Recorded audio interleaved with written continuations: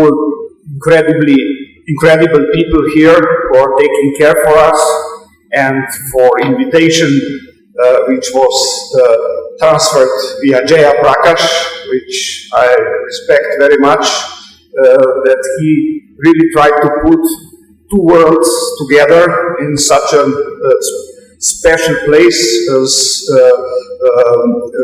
this is where we are now. So I would like to show where I'm coming from, because Slovenia is not so known, and it is, but we can still compare it with India. Slovenia is part of the European Union, it's a member of the European Union. It's on the north part, the most northern part of Mediterranean coast, and on the other part it is linked with Alps, which are like European Himalaya, and there is a Pannonic plate where it is then going in direction to the east, to Poland, Russia, and Ukraine, and so on. On the other side, that's Italian, that's Italy and Italian culture, and Slovenia is really geologically and in all other aspects, it's a mixture. So we normally have to speak several languages, we have to adapt very much, and we respect also people who are coming to us, and they are very much welcome. We have 2 million people and 47 kilometers of the sea coast. India has 7,500 kilometers of the coast, and if you calculate it a little bit, Slovenia has 2.5 centimeters of the coast per capita, and India around half a centimeter. So it's comparable. But there are other aspects which I would say which are not. Here I showed some small beauties. Our capital is on the right, and also and then Alps and one lake, Bled, with the church on the island is there. Slovenia is otherwise very religious country. We are mostly Catholic, but there are also Orthodox, then Islam, and so on. So we are a melting pot. And on the high right is one animal, which we call it human fish. It is not fish, it is not human, but it is very interesting because the skin is the color of the human skin. It lives in caves, and it can live 80 or 100 years, and it can stand without food for more than 2 years. So the metabolism is very, very specific, and it also shows the power of nature. Otherwise, it's amphibian, let's say similar as frogs or similar organisms, and it is there for ages, and it is one of the, let's say, protected animals in Slovenia. As I said, it was a challenge which Jaya told me that we have, he expects that I'm talking about my fields. I'm a biotechnologist, mainly a guy who is dealing with cell cultivations for clinical trials, helping also some in not in xeno, but in transplantations. I'm also an organ donor and so on, so because it means, I think it is very honorable and good way. Now I'm too old, so nobody would like to have my organs anymore. But still, I'm showing my goodwill for it. Here, you have to use technology properly for the humans and for the whole world. For all these, let's say, values which we heard, when we are taking care for human lives, human quality of life. And also each technology brings a lot of challenges, like there was a definition of, how you say it, difficult challenges or dynamic challenges. On this picture is one of our employees, the head of our processing unit. That's a very intelligent young student, like here I see a lot of similar ones, and she was the mother of the all cell lines and cells which we have in our laboratory.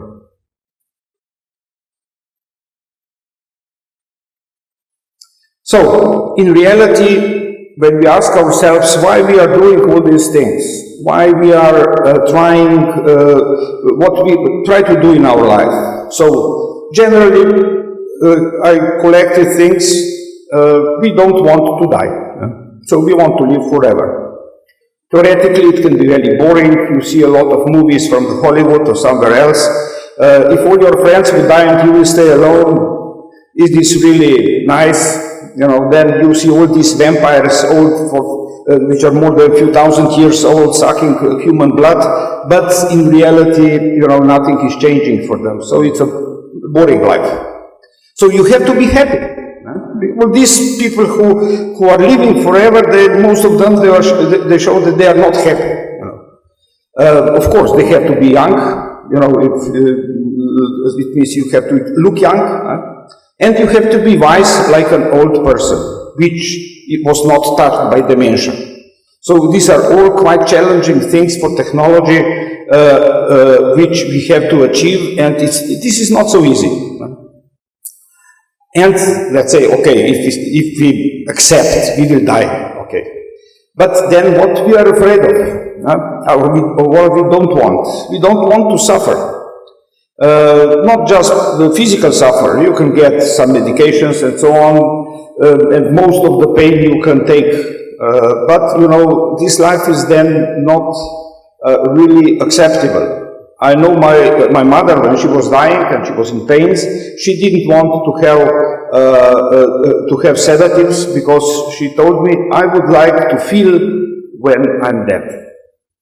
And so long and healthy life is something what we want to have. And this technology, which we are also part of it, we are trying to achieve. And we were quite successful. You know, it means humankind was quite successful. When I counted, and we had a discussion also with Thomas years ago about the lifespan and increases of the lifespan in our part of the world, I checked, and average lifespan in Slovenia, when my grandfather was born, it was in 1865, was 38 years. Why?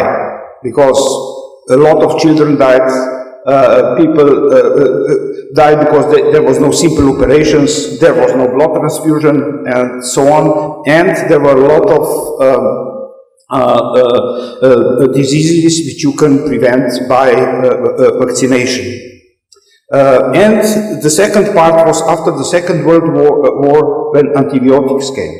So vaccines and antibiotics were really, let's say, increasing the lifespan in our area very much.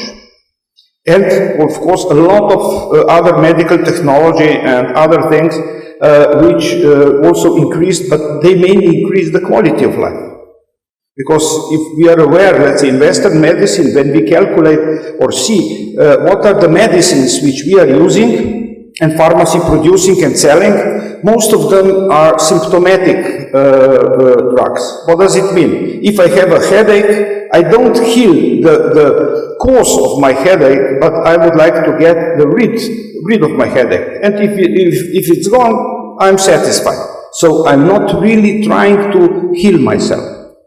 Or something similar. Antibiotics are different. With antibiotic you really heal certain person. No? So now we are also searching for other parts which are staying young, look nice, And here Jaya has a lot of practice. He knows he has to be a psychologist and also a very good, not mechanic, but the guy who is an artist, who have to know medicine, aesthetics, have to see what will happen with certain person, and also, let's say, read their psychology. And it is, we think that there were mostly women, but in other last times I heard that mostly men would like to look young, and now you can just imagine why they want to look young, at least from the outside. But the real thing is that you have to be also young from the inside. If you have low energy, if you you could just, let's say, have a vision of the young person, but deep inside you are old, you are not satisfied, and also this face and all this will be gone very soon. So with the technology which we have, we are trying to get new and new drugs, and also saving human lives, taking care for the cancer, cardiovascular diseases, and so on. We calculated that in Slovenia, in 20 years, 1/3 of the people will die of cancer. And cancer will be mostly a chronic disease if you know how to handle. But what we don't want is all this what is coming with the current drugs for cancer. We don't want to see suffer, we don't want to lose hair, we don't want to vomit, we don't want all this what is coming with it, so we are searching for better solutions. And here cells are something which are bringing new hope. Of course, these technologies are new, and they are bringing with it also new challenges. It's not that just you transplant cells, you put them in the body, and then the patient will wait what will happen. You need something more. And there are questions which Dr. Anand will also try to point it from the other side. But according to the legislation and regulations which we have in the world, and each country signed it, even more than there are countries in the United Nations, you wouldn't believe, is how to perform and protect patients in clinical trials and how to register drugs in the same way. These are so-called good practices. Good manufacturing practice, so it means how you handle the cells, that if you get the source of the cells, that also the donor is protected, that you are not misusing his information, his material, and so on. And of course, later on, that you are also not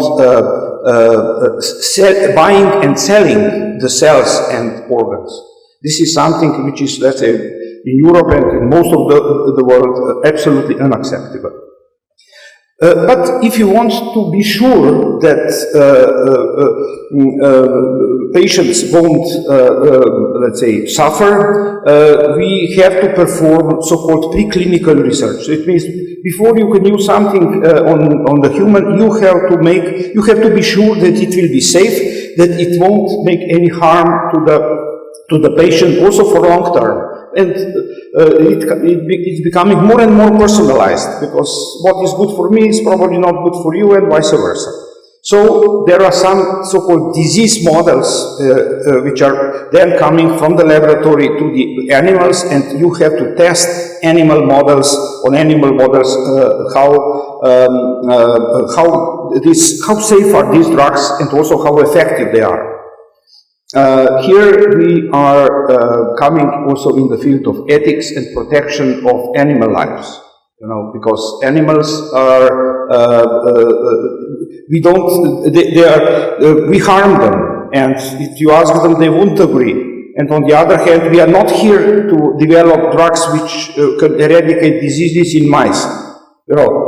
That's not our intention. So this animal testing will be reduced as much as possible, and will be replaced by so-called disease in a dish, organoids, and so on, which can take over some of these questions.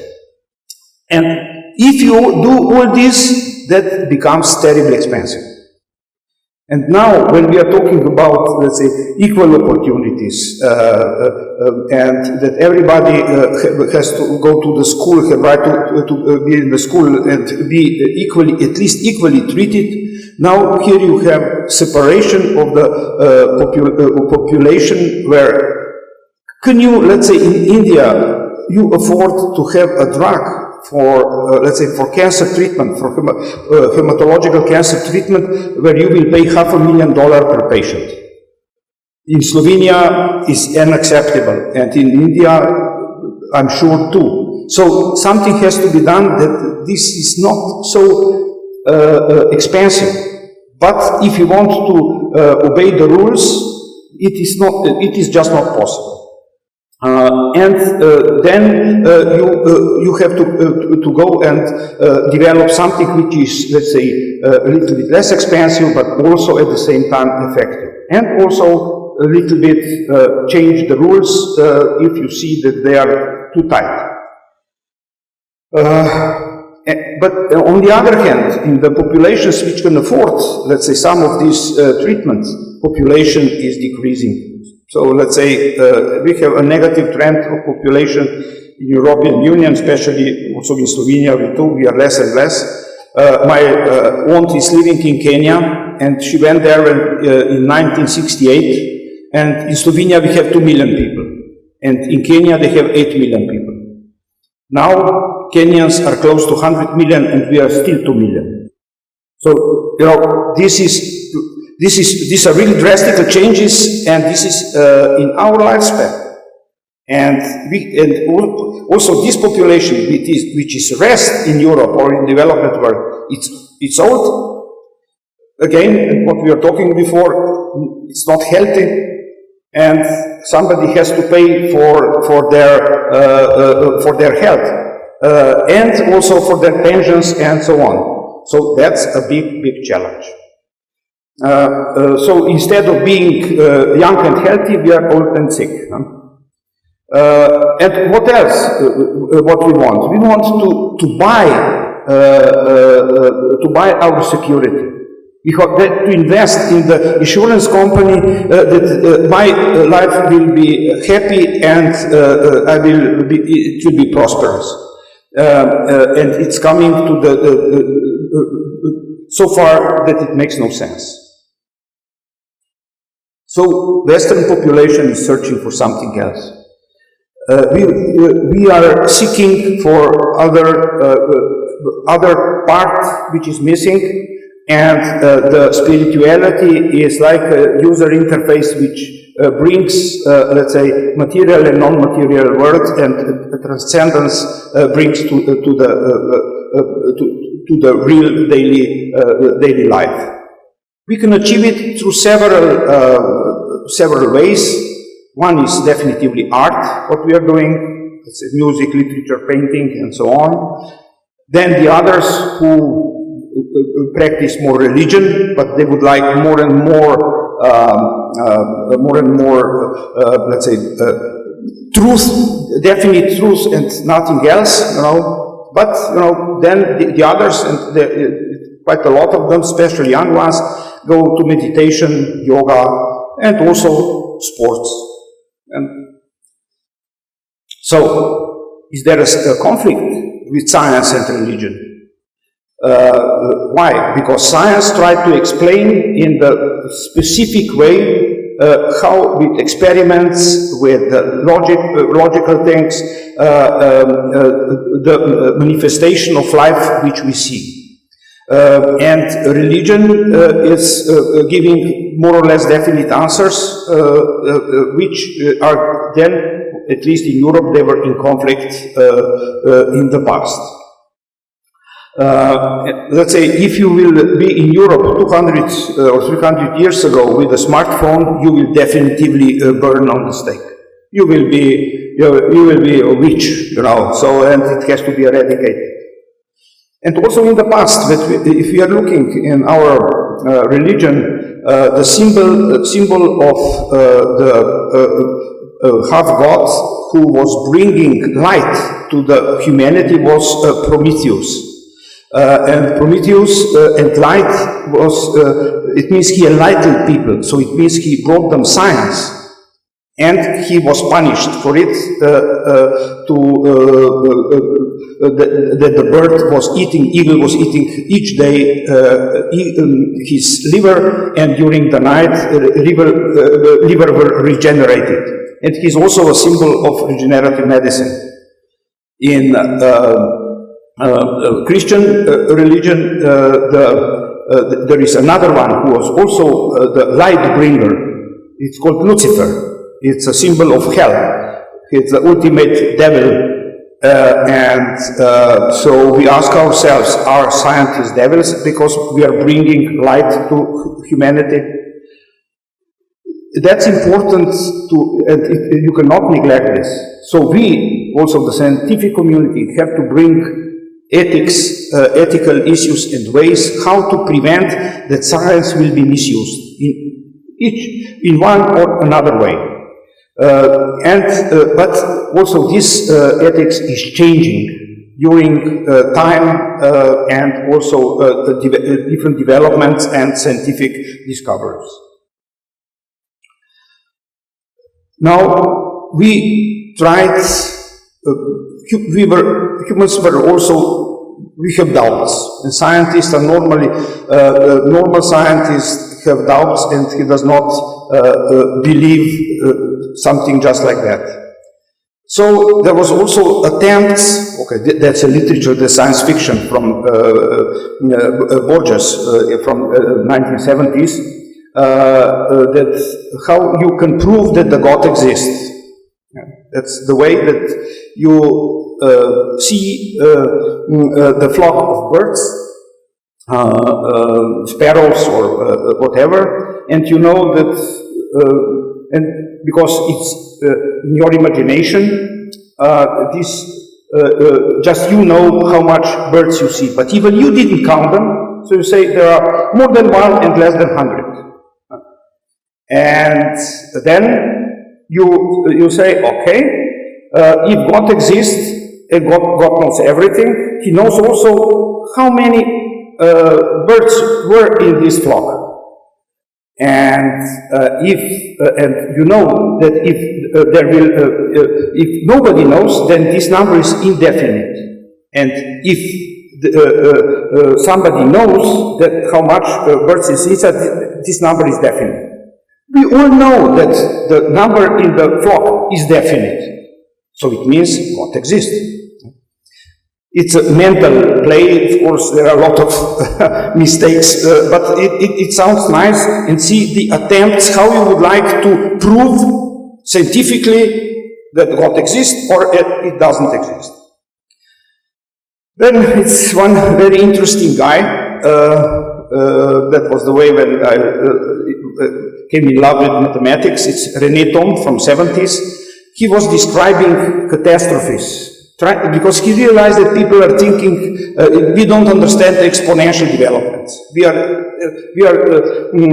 understand linear developments. So he tried to explain how to calculate when the catastrophe will happen. And this you also, I have it in somewhere there. It's a paper when you can show how the development in the life happens. So it means in one way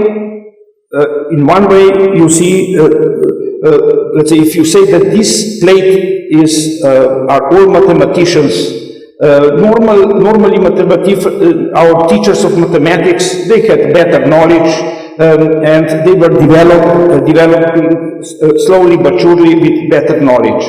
And they were on this so-called equilibrium surface. But then also when they have a lot of knowledge, they started to speculate.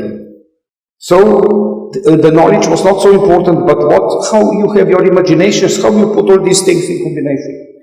But then you are coming to the dangerous position, this catastrophic position, when there is this, dynamic part of this sheet of the paper. when you have something what is very acceptable and non-acceptable. Yeah, I will try. So the paper is like that, if you see. And in this way, you get a lot of knowledge.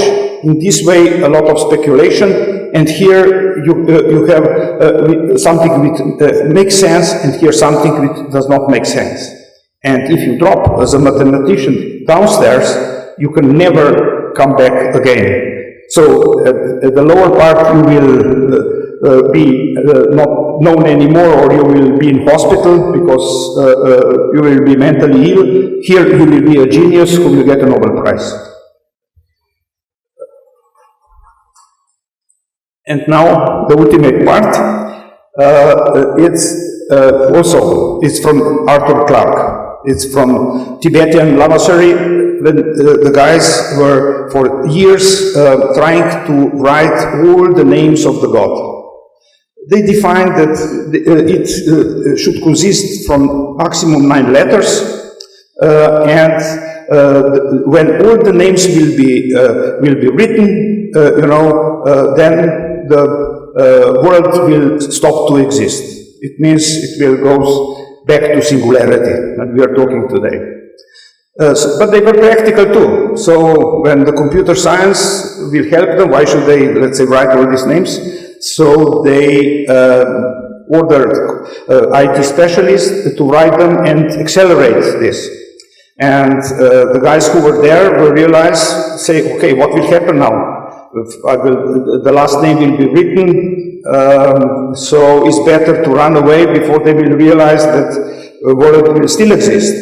Then they went to the airport, waiting for a plane to go. It was night, very nice, bright night, and a lot of stars. And one say, hey John, now the computer wrote the last God name. And then the other one said, look, the stars are fading. So it means universe stopped to exist at this moment. So that's all for now. Thank you.